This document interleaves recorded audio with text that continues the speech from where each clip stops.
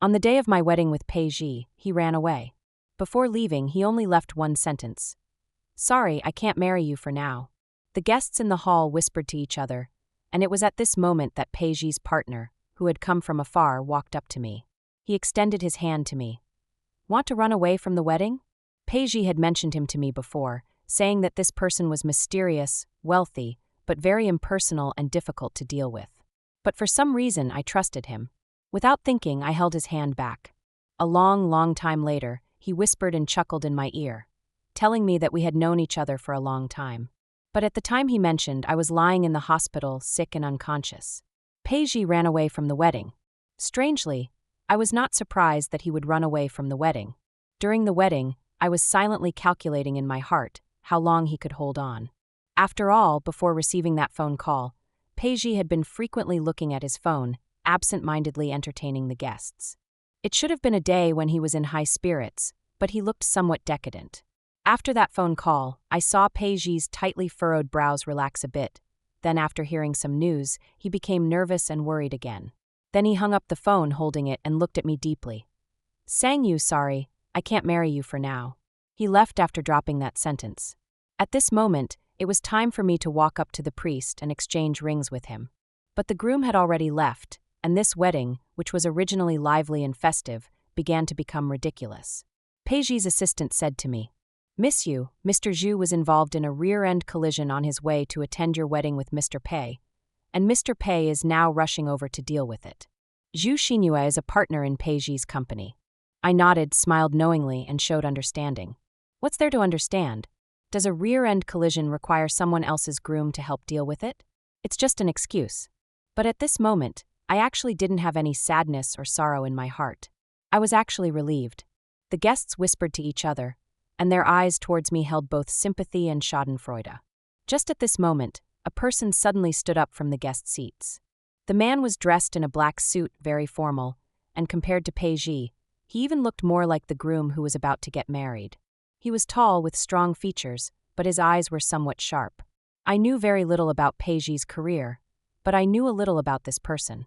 His name is Meng Cheng, an investor who cooperates with Pei Zhi, mysterious in identity, and with a strong background.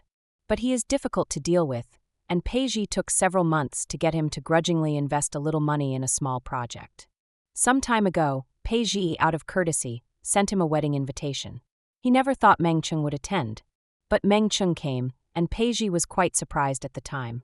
I looked at that person, his slightly cold eyes also looked at me, for a while, and then he suddenly smiled lightly. Then he walked up to me, extended his hand towards me, and asked with a light smile, "Want to elope?" I don't know why, he was clearly someone to be feared according to Pei Zhi, but I inexplicably trusted him. I gently held on to him. Meng Cheng held my hand tightly, I lifted my skirt, and we fled this absurd wedding together. The story between Pei Zhi and me is not complicated. We grew up as childhood sweethearts and confirmed our relationship in college. We dated for 9 years, but actually I spent 5 of those years in a coma.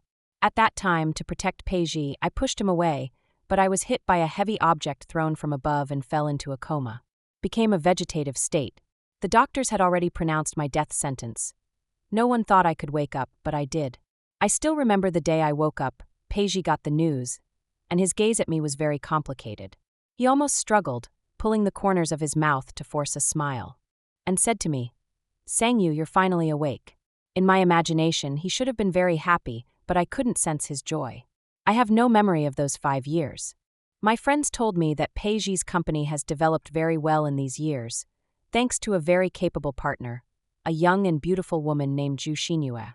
The first time I heard the name Zhu Xinhua was from my friend Xiaozhen. "Xinhua is really a great person.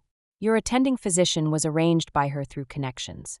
Sang-yu, speaking of which, you should be grateful to her for waking up." Xiaozhen's praise was sincere, but for some reason, I felt a bit uncomfortable inside. I've met Zhu Xinhua, and she indeed understands social niceties and doesn't have any airs as a boss. She is a business partner and a good friend of Pei Zhi, so she treats me well and is kind to the people around me. Xiaozhen was looking for a new job, but the job market was tough, so Zhu Xinhua generously arranged a position for her in the company. Another friend wanted to pursue graduate studies, but was unsure about which school and major to choose. After learning about it, Zhu Xinhua had detailed information compiled and carefully planned for her. She is indeed a very good person, so good that everyone around me likes her, and I can't show any dislike. But all I can do is not to dislike her. The undercurrents between people sometimes don't need to be shown openly. I also don't want to argue with her, as it's actually pointless. Pei Zhi is always going to marry me. I was very confident before trying on the wedding dress. I remember the day I tried on the wedding dress. Pei Zhi and a few friends accompanied me. Pei Zhi always had a faint expression, approving of every wedding dress, and even when I deliberately wore the same one in front of him, he smiled and said, "They all look good." I forced him to say what was different, and after looking for a while, he frowned and said, "It's more dreamy than the last one." My friends all looked very embarrassed. I smiled, not exposing him, but in the moment I turned around, I suddenly felt my eyes getting a little hot. Halfway through the wedding dress fitting, Pei Zhi said he had an urgent matter at the company and had to leave first. I took off the wedding dress, secretly ran to the restroom, and sat on the toilet wiping the smudged makeup from my eyes. It was at that time when my friends also came in. I heard their whispers. "Is it really something urgent at the company? It seems like it's about XINU going abroad. For a business trip abroad, Pei Zhi can't even spare this much time. He must be afraid she will really leave." Ah, a sigh of regret. After a long while, someone suddenly said, "Actually, they are a good match, both handsome and beautiful, and both so capable." "Sang you now, can't do anything." I touched my wrist, feeling a faint pain. It was an old injury. On that day, to save Pei Zhi, my hand was also injured, and I could no longer hold a scalpel. I used to be able to do what I dreamed of doing. "There's something you shouldn't tell others." Xiao Zhen hesitated for a while and sighed. On the day Sang Yu woke up, Pei Zhi was planning to confess to XINU. Separated by a door, at that moment, I actually dared not take a step forward. This is what it means to be utterly alone and helpless. At that time, I couldn't help but think, was it a mistake for me to wake up? After escaping from the wedding venue, Meng Cheng took me to the manor where he lived. The manor he lived in was quite secluded, surrounded by trees, with a tranquil environment. The manor covered a vast area. I didn't see any servants, but there was a black cat. Ever since I stepped into the manor, the black cat with its emerald eyes had been staring at me. This place was a bit eerie, and escaping to an unfamiliar place with a strange man, one should be wary. But I felt an inexplicable sense of peace. Meng Cheng handed me a plate of peeled green tangerines, and he just kept looking at me, so under his expectant gaze, I took a symbolic bite. Then I frowned. So sour. But what shocked me wasn't how sour the tangerine was, but that the tangerine he handed me just happened to be sour. I have a very peculiar preference. I want other fruits to be sweet, but for tangerines I only eat sour ones, the sourer the better. Pei Zhi had once complained about this habit of mine. He didn't like sour things and had never bought me sour tangerines. Meng Cheng seemed to see through my surprise, casually stroking the black cat's fur, and chuckled. "Tangerines aren't in season yet, only the sour ones are available." As if explaining the reason. I suppressed the strangeness in my heart.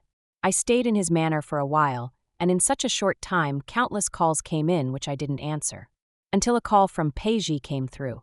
He paused for a moment, seemingly having done a lot of mental preparation before saying to me, "Sang Yu, I've taken care of things on my end, let's talk."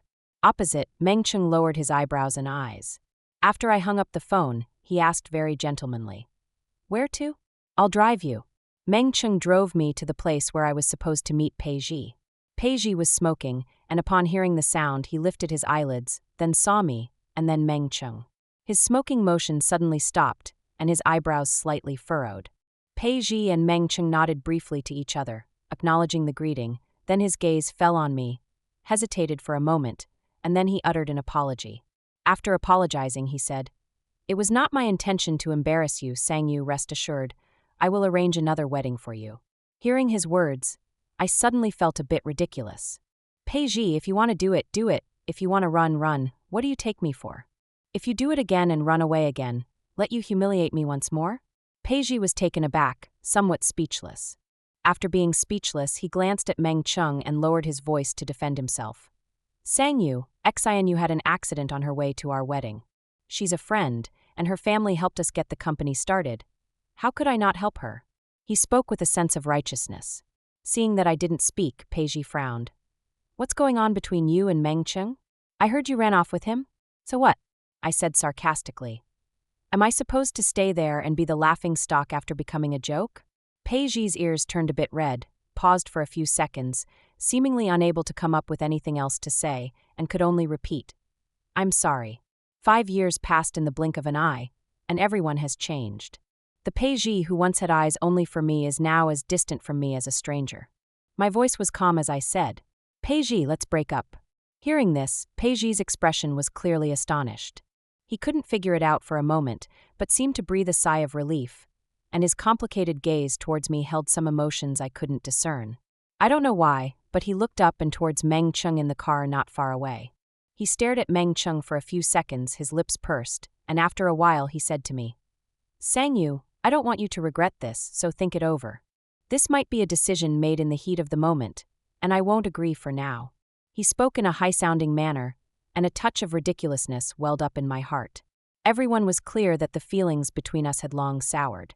I was dragging it on out of unwillingness to accept defeat. As for him, he was held hostage by a sense of duty. Even though we were once so close, able to lie in the same bed and talk all night, now if he were to come home, he would surely sleep in the study, and I deliberately avoided contact with him. Over the course of 5 years, he had already fallen in love with someone else, yet was trapped by the shackles of morality, forced to take responsibility for me. He was waiting for me to take the initiative to break up. But when I really did take the initiative, he hesitated. After I finished talking with Pei Zhi, Meng Cheng offered to drive me home. His mood seemed even more cheerful than when he arrived, and a lively English song played in the car. I was looking down at my phone, not replying to the messages asking about the wedding, but opening a certain job search app. I've been sending out resumes lately, but without any work experience and a major that's not really relevant, it's hard to get interview notifications. The car suddenly braked sharply, and my phone almost flew out. Meng Cheng unbuckled his seatbelt and got out. Up ahead was a stray kitten that seemed to have just been born. Meng Cheng held the kitten in his arms, not caring at all if it would dirty his clothes, and his movements were very gentle. He brought the kitten back to the car and said softly with a smile, "They should go to a specialized shelter for stray animals. Miss you, do you mind if I drop it off first?" Meng Cheng's actions were clearly very heartwarming, but I felt a very strange feeling in my heart. I nodded. Meng Cheng took the kitten to the shelter, left a little money, and before leaving, he gently petted a dog that only had 3 legs. Watching his actions, I suddenly understood where the strangeness came from. As if he shouldn't be so kind. While I was in a daze, Meng Cheng had already called out to me several times. I came to my senses and Meng Cheng asked me with a smile, "Miss you, are you looking for a job?" He pointed at my phone. "I just saw you looking at a job search app." I nodded. "Yes, I haven't got any leads yet." After hearing this, Meng Cheng asked for my resume. After reviewing it, he said, "Miss you minored in psychology in college, and our company also cares about the mental health of our employees. We have a position for a psychologist that might match your major. However, we still need to conduct an interview first. Due to my hand issue, I've always had a hard time receiving interview notifications, and I can't do heavy work normally, so I was very happy that Meng Cheng gave me a chance to interview." I thanked him. In the following days, I prepared well for that position. During this time, Pei Zhi also sent me a job invitation for an administrative position at his company. Pei Zhi has always known that I'm looking for a job, but actually, before his elopement, he was against it. He always said, "Sang Yu, you don't have to worry about money, I'll support you." It's really strange that Pei Zhi's company could offer Xiaojin a position, yet always turned a blind eye to my predicament. I didn't accept. I was earnestly preparing for the interview for the psychologist position. The day after 3 rounds of interviews, Pei Zhi suddenly sent me a link, and when I clicked on it, it was several wedding venues. He asked me, "Sang Yu, which venue do you think looks better?" Pei Zhi, "I've thought about it, I should take responsibility for you to the end." People really do laugh when they are extremely speechless. I don't know how to respond to him anymore. Scrolled through my moments, Xiaojin posted a photo with Zhu Xinyue. The background was a luxurious party captioned, "What's it like to have a wealthy bestie?" It's about throwing a lavish single party and enjoying it with friends before getting engaged. Bestie. I was taken aback. There were many comments from my other friends below. From their pieced-together messages, I understood the reason. Zhu Xinyue was arranged a suitable marriage partner by her family, and she is about to get engaged.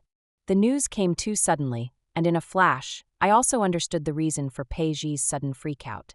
Unknowingly, I went from being his only option to his backup. He might have thought that what I said was just out of anger, and that I would really wait for him forever. Opened Pei Zhi's WeChat, and without hesitation deleted. At the same time, I received an offer from Mengqing Company in my email. On the day of my official onboarding, Pei Zhi's mother approached me. I'm not exactly a stranger to Aunt Zhang. When we were young, our families lived in the same alley, and our parents had a good relationship. Aunt Zhang took care of me a lot, often patting my head and saying, "Sangyu is so sensible, if only I had a daughter as sensible as you." Later, when my parents passed away in a car accident, she held me close with compassion and said, "Sangyu, don't worry, I'm here for you. Pei Zhi will always be with you, we're all here for you." I was in a relationship with Pei Zhi, and she supported us. She was also very happy. Before my accident, she was already looking at wedding houses. But when I woke up, many people and many feelings had changed without me realizing it. She became a graceful and wealthy lady, wearing and using things that were all expensive. I gradually had less and less to talk about with her. When she wanted to go shopping, she would always look for Zhu Xinyue.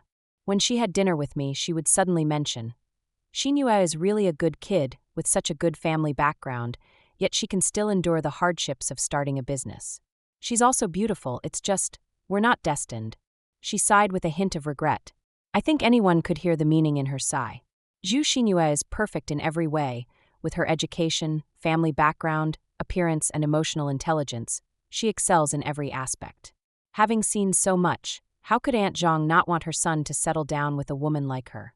It would have been better if I hadn't woken up. They could pay to keep me alive, while also comfortably living their own beautiful lives.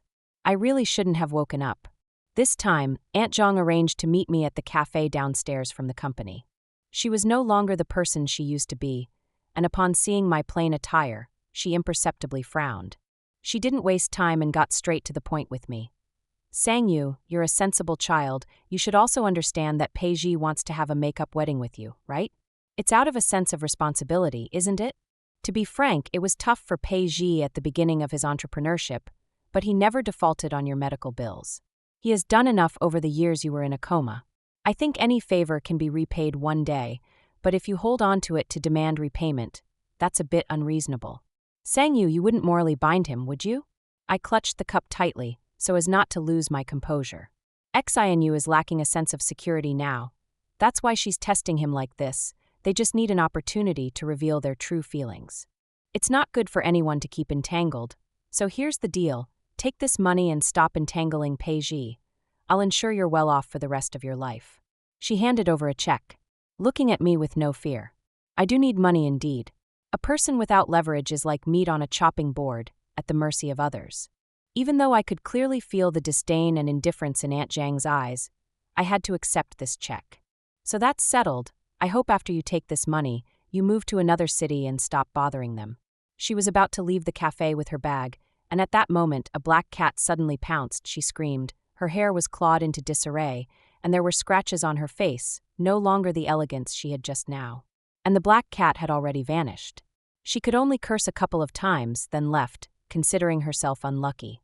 In the blink of an eye, another person sat down in front of me. It was Meng Cheng. A black cat jumped into his arms. "What a coincidence, miss you."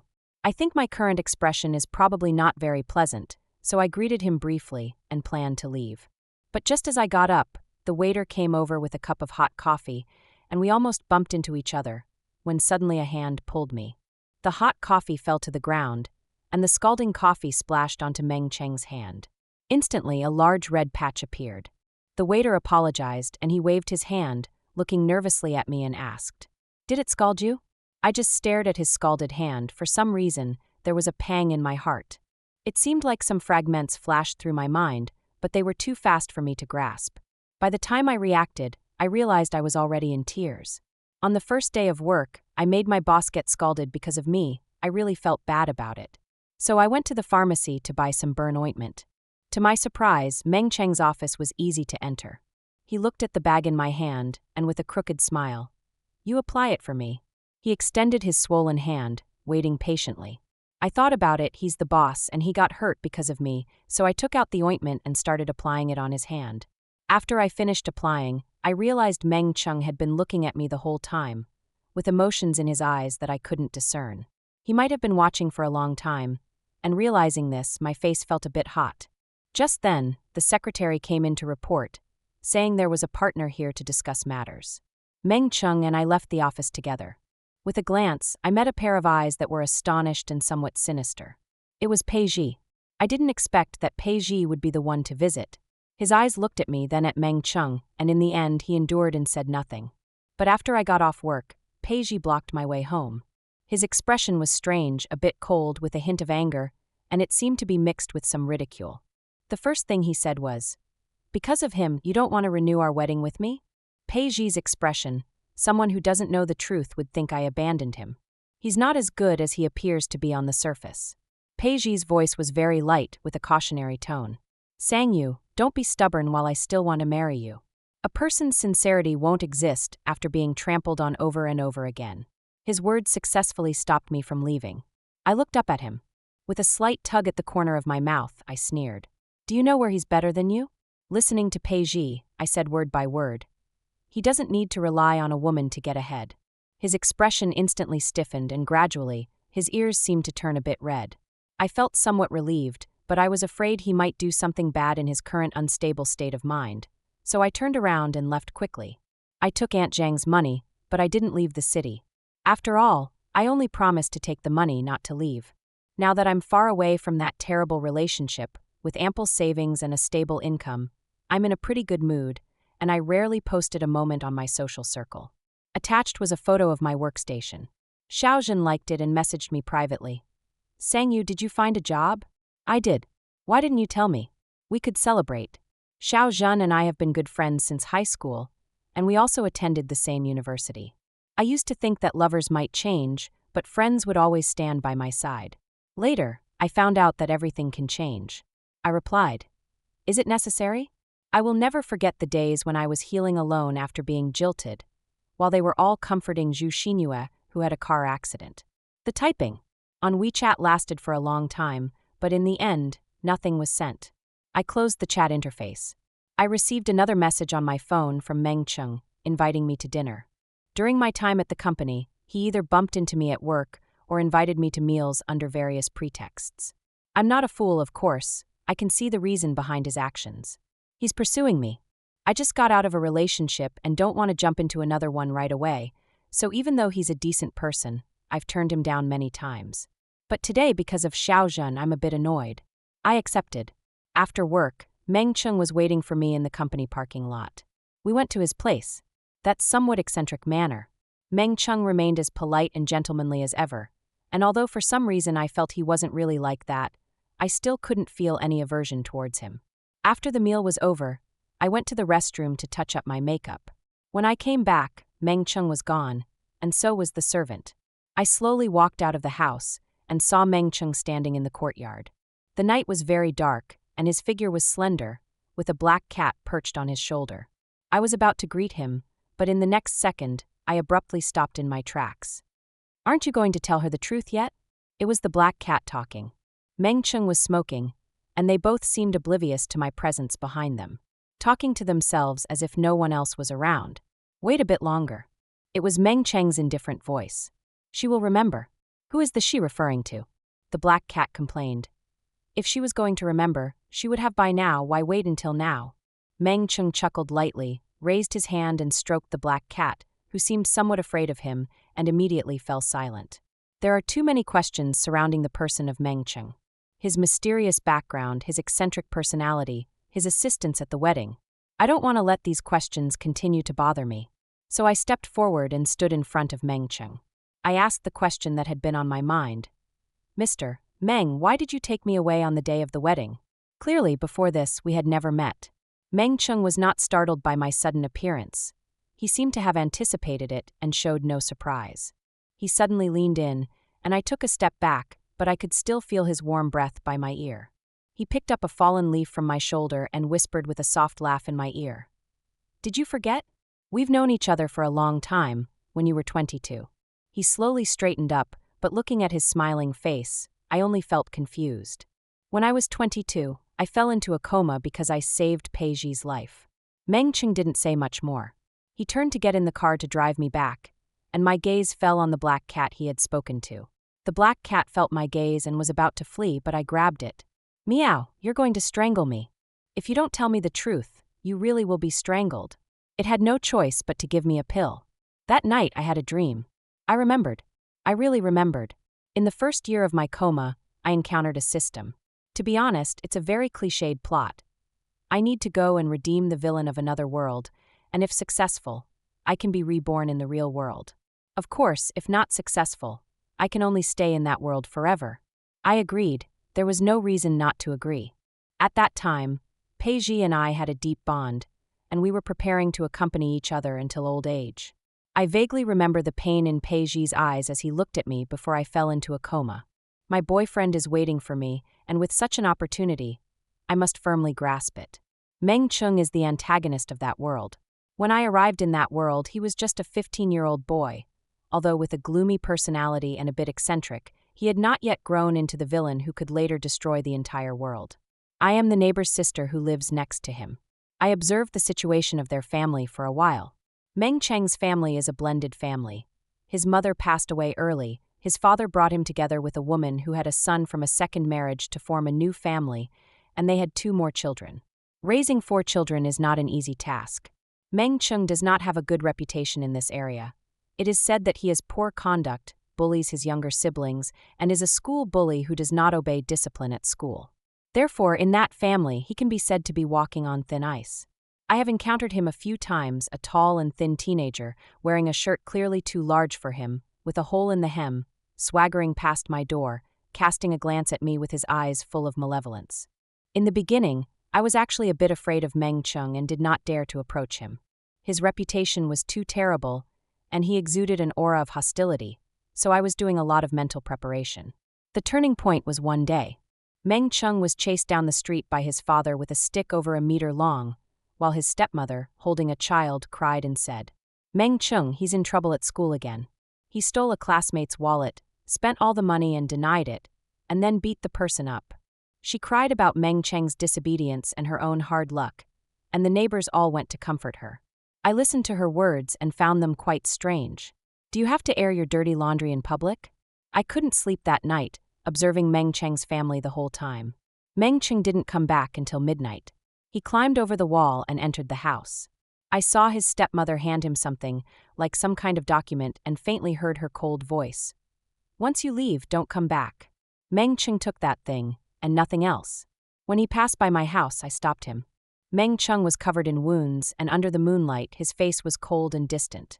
Looking at the unmistakable marks of a beating on his body, I said, "It must hurt a lot, let me take you to a doctor." Meng Chung, of course, ignored me. But on one hand, I realized this might be a good opportunity to get closer to him, and on the other hand, I did feel a sense of compassion, so I disregarded his rejection and forcibly pulled him into my house. "I know you didn't steal." When I said this, I didn't really believe it myself. But I continued with a stiff face. "Are you really willing to leave home with the reputation of being a thief?" Meng Chung looked at me with his pitch-black eyes, saying nothing. It seemed like no emotions would ever appear in his eyes again. I sighed and cooked him a bowl of noodles. Then I took him to a nearby clinic and applied some medicine. I didn't dare to sleep the whole night, afraid that he would slip away while I wasn't paying attention. The next day, I took him to school. "The surveillance is broken, besides, other students saw it was Meng Chung who took it," the teacher said to me. I insisted on checking the surveillance. I knew that the surveillance in this school has always been running. The so-called broken surveillance is just an excuse. Anyway, everyone says it's Meng Chung, so what's the need to check? Teacher. A chubby boy happened to come into the office, cautiously glanced at Meng Chung, seemingly making a great resolution. That day I put my phone on the table to record the dusk. I got it. It wasn't Meng Chung. The teacher's face changed. The boy took out that video, the entire complete crime process. It was indeed another student who stole the wallet, took out all the money, and threw the wallet into Meng Cheng's desk. Then he walked out of the classroom, laughing with a group of boys, planning to use the money to play all night at the internet cafe. The chubby boy said, "I used to be bullied. It was Meng Chung who helped me drive those people away. He's a good person, teacher. It really wasn't him." "Sigh, I'm too timid." He blamed himself. The teacher's face turned ashen. After a long while, the teacher frowned, seemingly annoyed, and said, "Got it, I will give Meng Chung justice." After the truth was revealed, Those boys who framed him apologized to Meng Cheng, but each with a casual, indifferent attitude. Other students also seemed not to care about this matter. I told the truth to Meng Cheng's parents, and they listened without much surprise, even seeming a bit annoyed that I was wasting their time. His father waved his hand and said, "He didn't steal this time, but he will steal next time. He's been rotten through and through." His stepmother held the child with a cold, indifferent expression. The truth was out, but no one cared. Meng Cheng stood at the door of his home, looking indifferent. The setting sun fell on him, the wounds on his face were so obvious, but no one cared. He didn't care either. At that moment, my emotions were somewhat churning. Standing in front of him, I said earnestly, "Meng Cheng, how about I take you away?" I took Meng Cheng away. At that time, I was a girl who had dropped out of school early and worked in a milk tea shop, with a meager income. But I still took Meng Cheng away from that city. I wanted Meng Cheng to continue his studies, but he was unwilling. He also didn't want to live with me. After much persuasion, I convinced him to rent a place with me and share the rent, and he stayed. I found a milk tea shop to make milk tea, while preparing for a skills exam. No matter what the final outcome, I can't be trapped in a circle forever. I can't give up on myself. Meng Cheng was also looking for a job, waiter, bricklayer, auto repair shop worker. Those days were quite tough, but Meng Cheng was clearly more normal than before. I cooked, and he washed the dishes. Sometimes we would sit together in the living room, quietly watching a movie. On my birthday, he would quietly place a bouquet of flowers on the dining table. Life seemed calm and uneventful, but soon I discovered that Meng Cheng couldn't hold on to any job for long. He would always have to rebel and fight back for various reasons, and as a result, his reputation grew increasingly tarnished. Working as a waiter, because of his good looks, he was taken advantage of by ill-intentioned men and women. Working as a bricklayer, he was always the one to be owed wages due to his conflict with the foreman. And so on, countless instances. I gradually realized that Meng Cheng's fate in this world seemed to be that of a villain. No matter his true nature, various events would force him onto the path of becoming a villain. When he was fired again, he decided to follow a boss who appreciated him and engage in a shady business. At that time, I somewhat resigned myself to fate. I began to understand that I couldn't prevent his destined life. All I could do was try my best to let him feel that there was still warmth in life. The last time I advised him, I said, "Meng Cheng, no matter what situation you face in the future or what kind of person you become, remember that those who are alive are living, breathing people. Do not harm the innocent." Before Meng Cheng left, he looked at me deeply, and finally, there was a bit of warmth in his eyes. After that, Meng Cheng and I parted ways.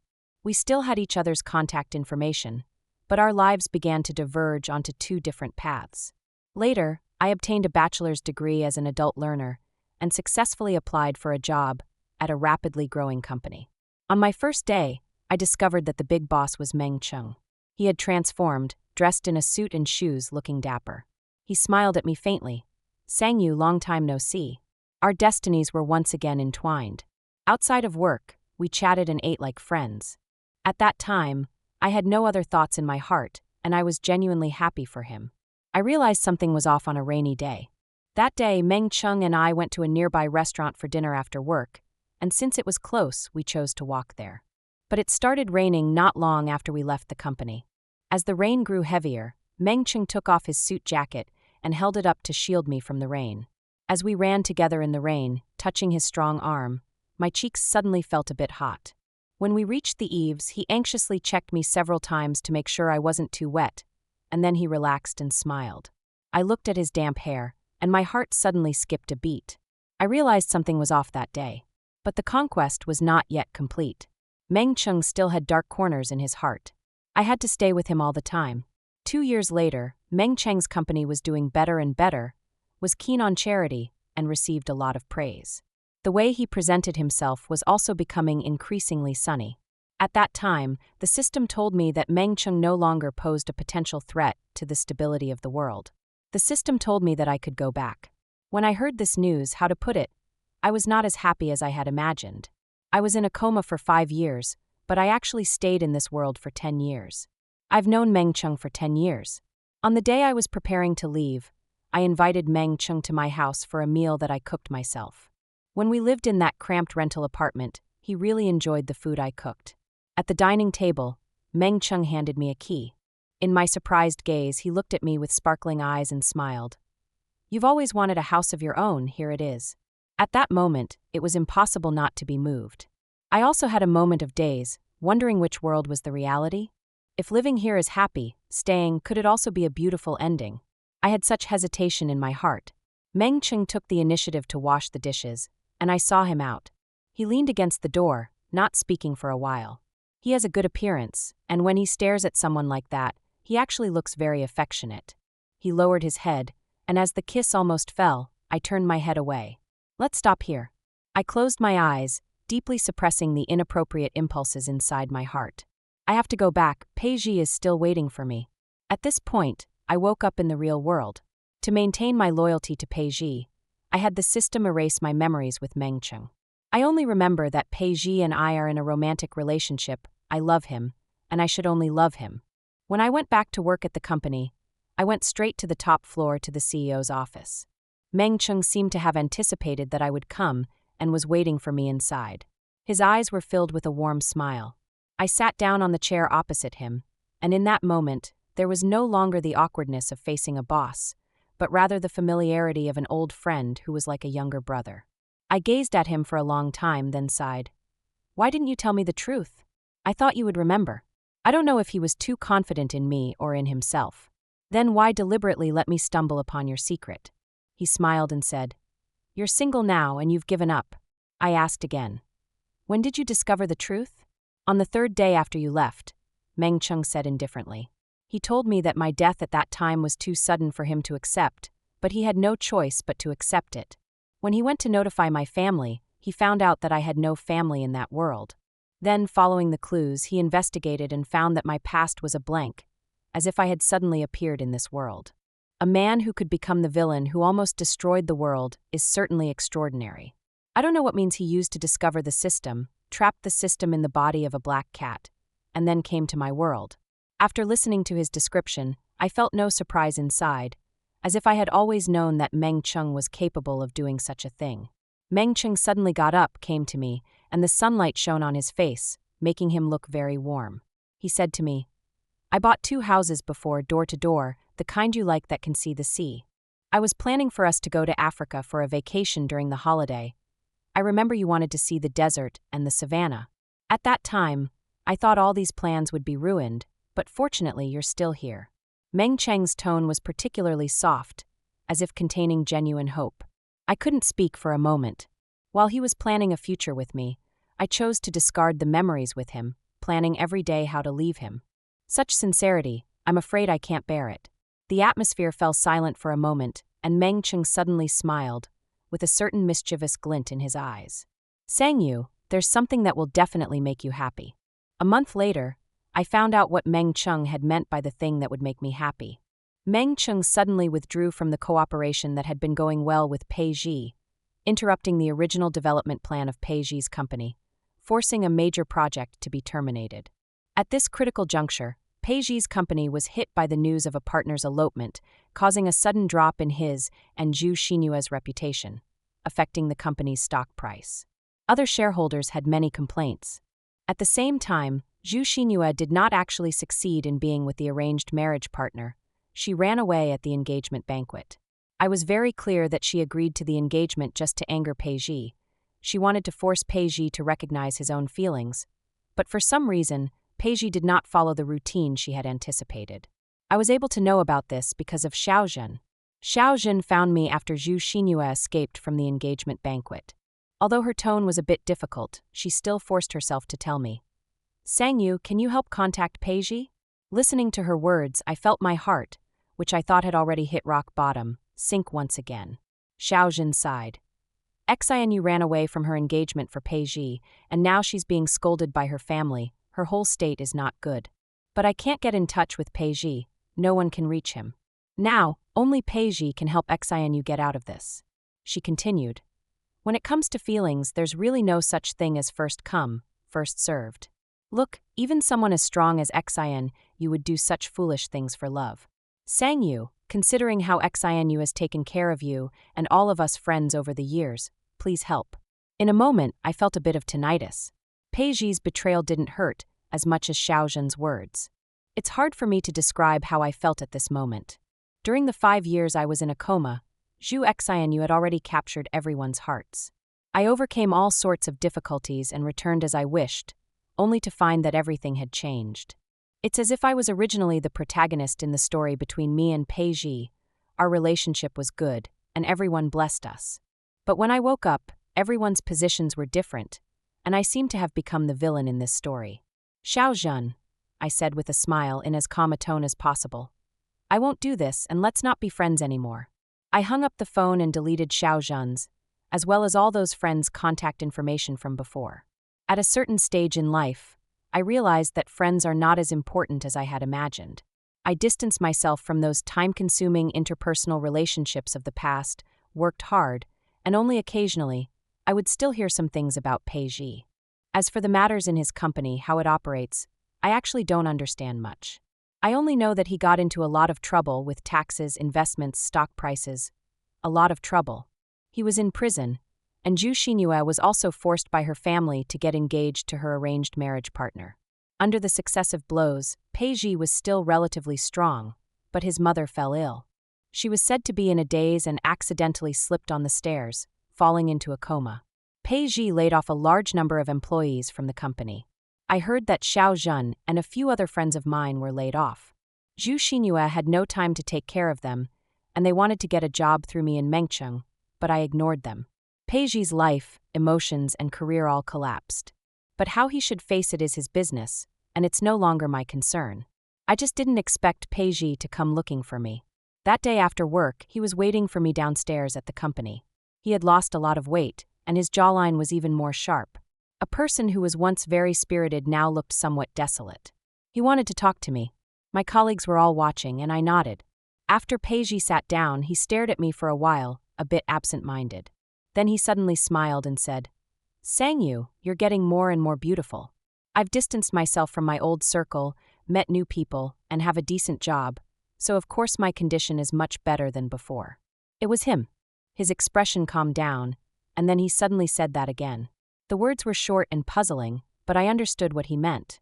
Everything that happened to him during this period, the instigator, is my current big boss, that man who seems very amiable. So what? My voice was very indifferent. Pei Zhi slowly said, "I'm leaving tomorrow, going to another city, starting over. I just wanted to remind you to be careful with him. He's going to another city to make a comeback, and before leaving, he kindly reminds me that Meng Cheng is not a good person, telling me to be careful." He rambled on a lot, and since I woke up, most of the time between us was silent, but now he had a lot to say.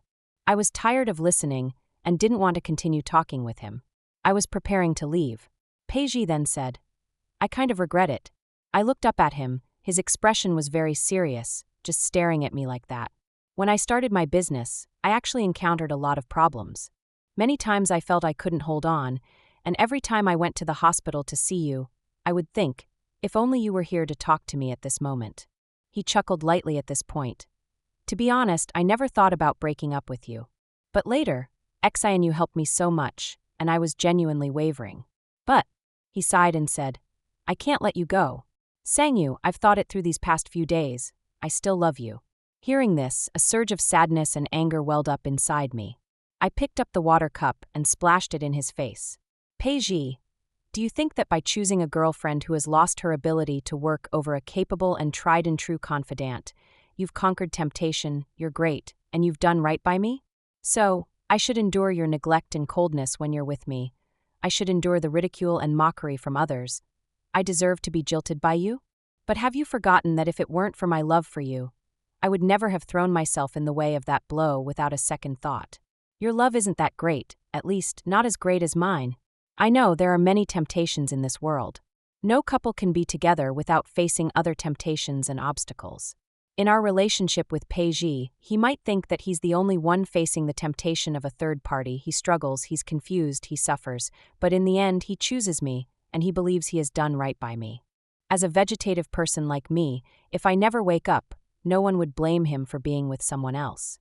Everyone mourns the love that Pei Zhi and Zhu Xinyue never got to start, and I've become the existence that should not have woken up. But unbeknownst to him, I too am going through the torment of a guilty conscience. While I was striving to overcome my undesired feelings in order to return to Pei Zhi's side, he had already been conversing with Zhu Xinyue, engaging in a spiritual romance. I too have given a lot, my contributions unseen by anyone. Does that mean I've always just been a beneficiary? After leaving, I ran into Meng Cheng. He no longer had that black cat by his side. The black cat had turned into an ordinary cat, and it said that the system had finally left the black cat's body. Meng Cheng still looked amiable, smiling cheerfully. He asked, "Where are we going for dinner tonight?" We have become quite familiar with each other by now. But I still haven't accepted him. For a very practical reason. I don't have a career that brings me peace of mind at present, and if I lack confidence, I fear starting a romantic relationship. On the other hand, I really can't figure out what my feelings for Meng Cheng are now. The affection for him that didn't have time to begin was extinguished by me, and when all memories awoke, I didn't know how we two should treat each other. Meng Cheng was talking about a new restaurant he had found when, suddenly, it began to snow outside the car window. I rolled down the window and caught a few snowflakes. In the world where Meng Cheng and I lived together, we lived in a tropical city, and even in winter, it had never snowed. I once told him, "I really want to see the snowfall together. This is the first snow of the year." I looked at the snowflakes melting in my palm and quietly asked Meng Cheng, "You know I approached you for other purposes. Do you not blame me?" This is a question I've always been afraid to ask. I was actually worried that Meng Cheng was getting close to me out of revenge. I seduced him for my own desires and left him for the same selfish reasons. How could I blame you? Meng Cheng's voice was deep. I turned to look at him, he said quietly. In those days, the warmth I felt was not fake. Since I enjoyed something I shouldn't have, what qualifications do I have to question the purity of the other person's intentions? I remembered, Meng Cheng is not someone who gets entangled easily. I also remembered, everything he went through at that time, I was probably the only one willing to ask him if he was in pain. For some reason, my eyes suddenly misted up. Just like I was the only one standing behind Meng Cheng at that time. Here, only Meng Cheng is standing behind me. He crossed the world, traversed mountains and rivers for me. The snow gradually got heavier. I closed the car window, and with Meng Cheng, we navigated through the swirling snowflakes. I don't know what the future will look like, but with this person by my side, at least for now, my heart is at ease.